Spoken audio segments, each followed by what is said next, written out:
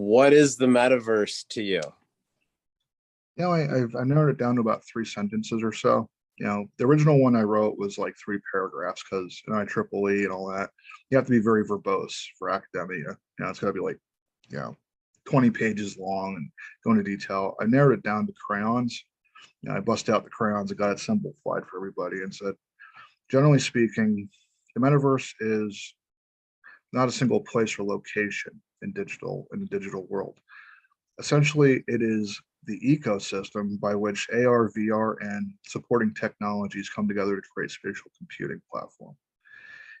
Now, what I mean by that, we can obviously agree on the AR and VR part, you know, but then there's a lateral technologies section of that sentence, which I put in there as a wild card.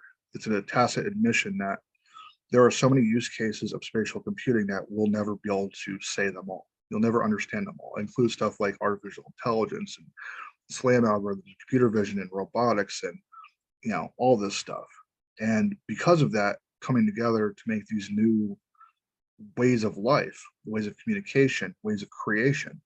A good example is AI now. We see DALL-E 2 and Mid-Journey and even better stuff. The first thing I said when I saw DALL-E 2 was next up is 3D, text to 3D. And I went, oh, is that possible? That will be possible.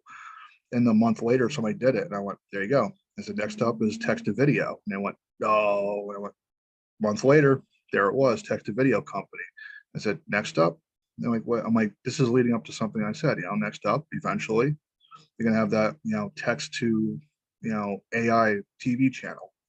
Like, what are you talking about? I'm like, you can talk to your computer now, so why don't you talk to your TV?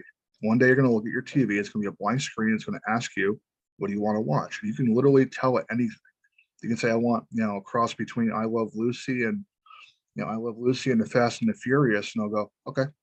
And it'll just come back in like 20, it's like, give me 20 minutes, I'll generate some episodes for you. And you'll just be watching Lucy driving, high speed. Because it can do that, not now, but at some point, the evolution is so fast, that won't be a problem. We're already there now to an extent where you can have AI generated video.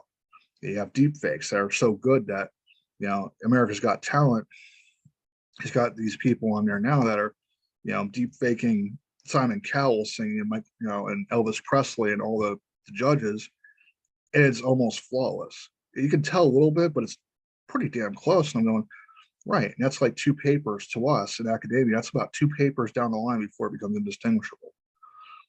So I look at it and go, this future is coming at us fast, but it's really about spatial computing. No one location. It's about the ecosystem of all these technologies coming together and interacting with us in ways that we couldn't before.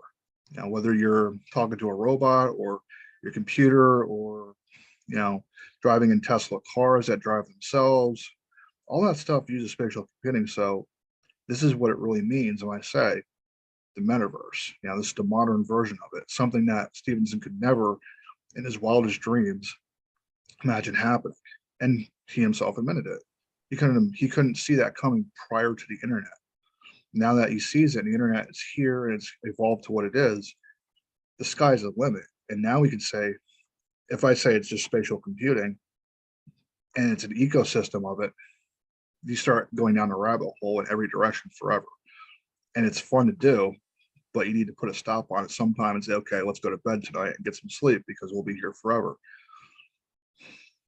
Yeah, well, that's a great definition and you encompassed a lot there, but I agree. It's the metaverse isn't Facebook or one specific game or one virtual world that people hang in. It's an ecosystem and it's growing. Like you said, it's growing faster than we can keep up with at this point. It's going exponentially based on Kurzweil's accelerating law of accelerating returns.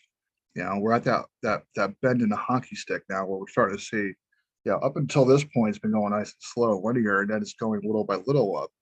But we're at, the law of accelerating returns, from Ray Kurzweil, where it's about to go like this and hit that hockey stick straight up.